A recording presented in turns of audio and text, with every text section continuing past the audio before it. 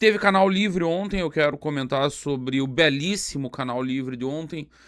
Como o mundo seria melhor, como o Brasil seria melhor se o debate político fosse o que nós vimos ontem no Canal Livre e não o esgoto a que a política brasileira tem sido reduzida, pelo menos desde 2018. A verdade é essa, já são 2 ciclos eleitorais em que não se discute proposta, em que não se discute ideia, em que se formam duas torcidas absolutamente histéricas e o debate fica absolutamente raso, sem porcaria nenhuma na mesa. Vamos começar pelo Canal Livre, vamos em ordem cronológica. Eu fiz uma série de anotações aqui, eu fiz um relatório completo do primeiro ao último bloco, mandei esse relatório para o Renan, inclusive. Fiz os meus apontamentos de coisas que eu considero que precisam ser corrigidas. Os dois principais são postura corporal, não postura de atitude, a postura corporal do Renan durante a entrevista. E a segunda, para mim, a principal, que ainda não vi corrigida hoje no UOL. Hoje eu já achei ele no UOL, na entrevista UOL Folha, com uma postura melhor, mas tem algo que precisa ser acertado, que ele ainda não acertou, que é o uso da câmera. O Renan, quando ele está em entrevistas, e mesmo ontem no Canal Livre durante o debate, ele foca em tratar bem as pessoas no presencial, em comunicar com quem está ali presente, e ele esquece que em grandes eventos, tipo o Canal Livre de ontem, está falando com dezenas de milhares de pessoas simultaneamente, mas elas não estão ali. Elas estão sentadas no sofá de casa, elas estão em algum outro lugar, mas elas estão interagindo pela tela. Então, qual que é o instrumento que se comunica com elas? É o uso da câmera. Dito isso, participação do Renan, sensacional. O único momento que, assim, eu não vou chamar de ruim, eu vou dizer que foi um momento mais ou menos. É na segurança pública que ele focou em ser técnico, na minha opinião, demais, e o Aldo foi muito mais direto. É o único momento que dá para dizer que foi mais ou menos do Renan. No mais, um banho, uma aula. A outra coisa que me agradou demais ao ver ontem é que dos dois lados tinham candidatos com ideias e capazes de expor e defender as suas ideias. A gente está acostumado com debate raso, com xingamento, com ataque tosco, com a discussão sobre quem que é o mais ladrão, e nós estamos nessa desde 2018. Quem que é mais ladrão, quem que é mais maluco, quem que ameaça mais a democracia. E ontem nós vimos, de fato, um debate sobre ideias. Um debate sobre projeto de país, um debate sobre o que fazer para resolver os nossos gargalos. Um Aldo muito focado, é uma pauta dele de anos, de décadas, a sabotagem que o Brasil sofre via ONGs e via judiciário.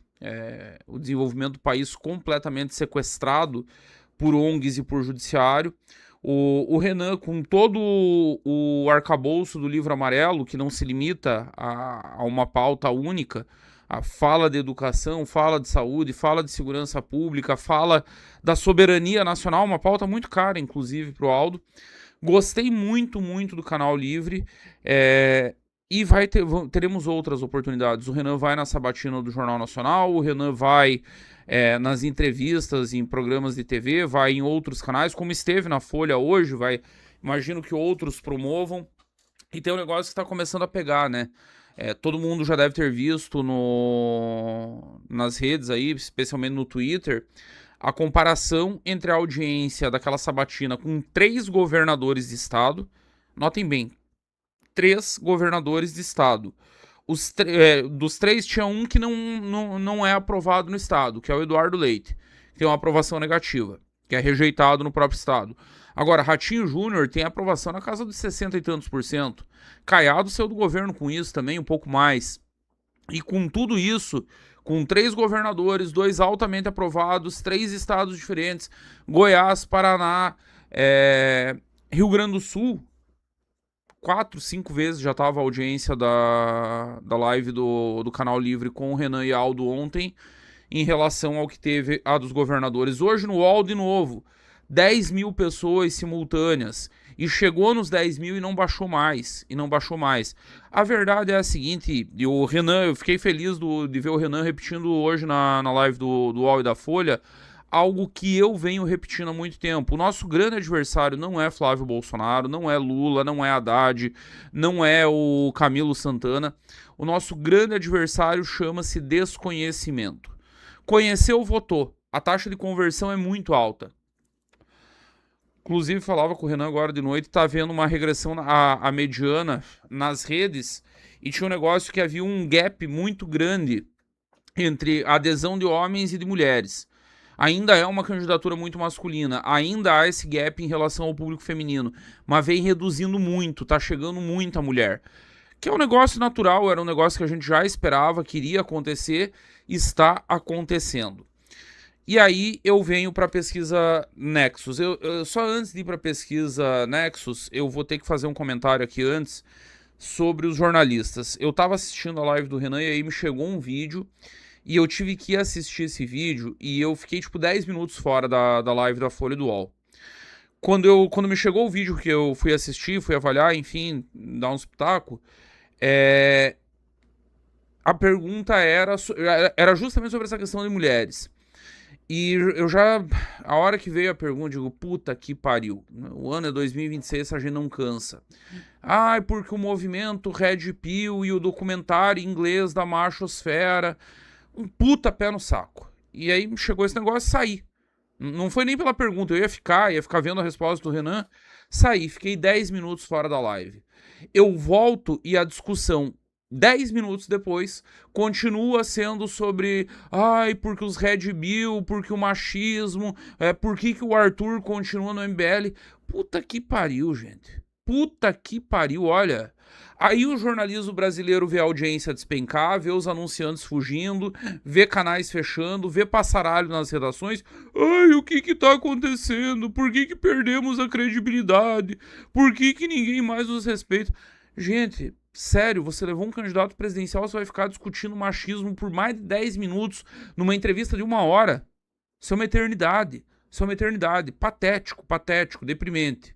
Deprimente. Com 1 milhão de problemas para tratar no país, com 1 milhão de ângulos para abordar, aí o jornalismo não entende por que ninguém paga por conteúdo no Brasil, por que a audiência está migrando para a internet, por que canais alternativos engajam cada vez mais. Se é para ver torcida, se é para ver militância, se é para ver engajamento, eu pago um canal que seja identificado com a minha causa, seja de direita ou de esquerda. O que se esperava do jornalismo era justamente um grau de, não de isenção, porque isso não existe, eu sempre briguei contra isso. Aliás, amo o modelo americano, em que todos os jornais, todo mundo sabe lá, os grandes veículos, qual que é a orientação. Todo mundo sabe que a Fox News é republicana, que o New York Times e a CNN são democratas, todo mundo sabe. Agora, Fox News, New York Times, CNN, eles não abrem mão do básico, que é fazer jornalismo. Repórter do New York Times tem o zap do Trump e manda mensagem para ele. E ouve o Trump.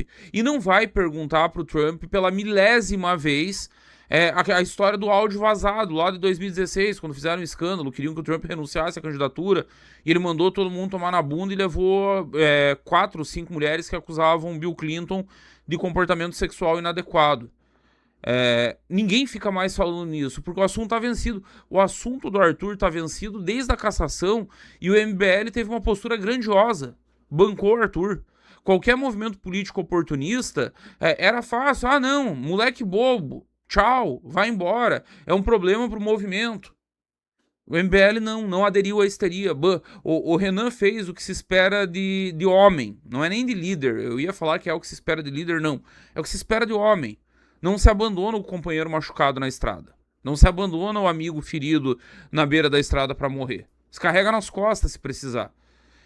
Todo mundo sabe que o Arthur não foi caçado pelo áudio, todo mundo sabe que não tem nada de extraordinário no áudio, exceto um grande grau de cabacice naquele momento. É a única coisa da qual o Arthur pode ser acusado, de cabacice. Não tem nada além disso.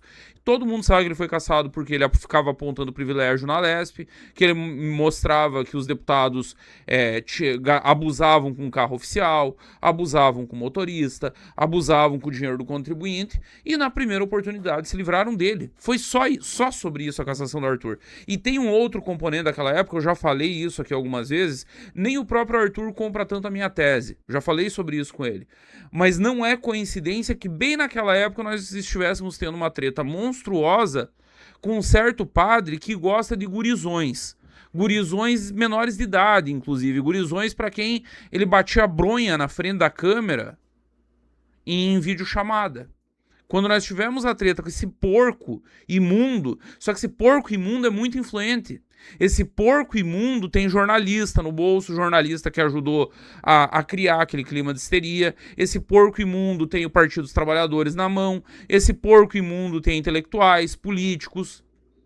Um dia o Brasil ainda há de descobrir por que tanta influência sendo um cidadão tão porco, um imundo, um sujo. Um dia a gente ainda descobre, um dia a gente chega lá. Mas também teve isso, e foi por isso que o Arthur Duval foi cassado. Enfim, meu desabafo aqui e uma tristeza, tá? Tristeza porque é triste ver o jornalismo brasileiro vivendo certamente a pior fase de todos os tempos e não há no horizonte imediato perspectiva de melhora. O professor Olavo de Carvalho explicou há muito tempo atrás, depois eu fui estudar o fenômeno e o professor Olavo, para não variar, tinha chegado antes de todo mundo na raiz do problema. O que aconteceu com o jornalismo brasileiro? Até os anos 70, jornalismo no Brasil era uma atividade intelectual. Então quem que ia para a redação jornalística? Intelectuais. Não havia uma faculdade de jornalismo, não havia uma formação burocratizada de jornalistas. Você gostava de escrever, você gostava de estudar, você queria intervir no debate público de alguma forma, você se tornava jornalista. Aí, obviamente, tinha que adequar o estilo, aprender a usar o estilo jornalístico, adequar a forma, mas, em essência, eram intelectuais escrevendo para o grande público. Com o regime militar, os milicos estavam putos porque a esquerda era a maioria nas redações. E eles tiveram uma ideia brilhante, daquelas que só milico costuma ter, porque milico tem essas neuras de técnica, tudo é neutro, a política é ruim, a política é má. Vamos criar uma formação técnica de jornalistas. E estabeleceram a obrigatoriedade do diploma para jornalista. O que isso provocou? Só sai jornalista dentro de faculdade, a esquerda fez o óbvio. Colonizou as universidades. E aí não tem mais formação de jornalista de direita. Não existe mais jornalista de direita. Os últimos jornalistas de direita icônicos não vieram desse tipo de formação. Tô falando do William Vac, tô falando do Boris Casoy. Galera que formou lá nos anos 60 ainda. A galera que forma a partir dos anos 70 e que vem com essa pegada sempre a geração seguinte é pior que a anterior. É um processo contínuo de degradação da profissão. Até nós chegarmos agora, aqui em 2026, e tá nesse estado da arte e ver esse tipo de entrevista. Ver o Bonner por anos na bancada do Jornal Nacional achando que ele não era entrevistador, que ele era inquisidor, indo bater boca com um candidato. Sabatinas como a de hoje, em que se perde 10 minutos de uma entrevista de 1 hora para discutir uma bobagem que já está superada. Depois disso, o MBL elegeu Guto Zacarias com uma votação monstruosa, reelegeu o Kim Kataguiri com uma puta votação, criou o Partido Missão e os caras estão discutindo o áudio do Arthur.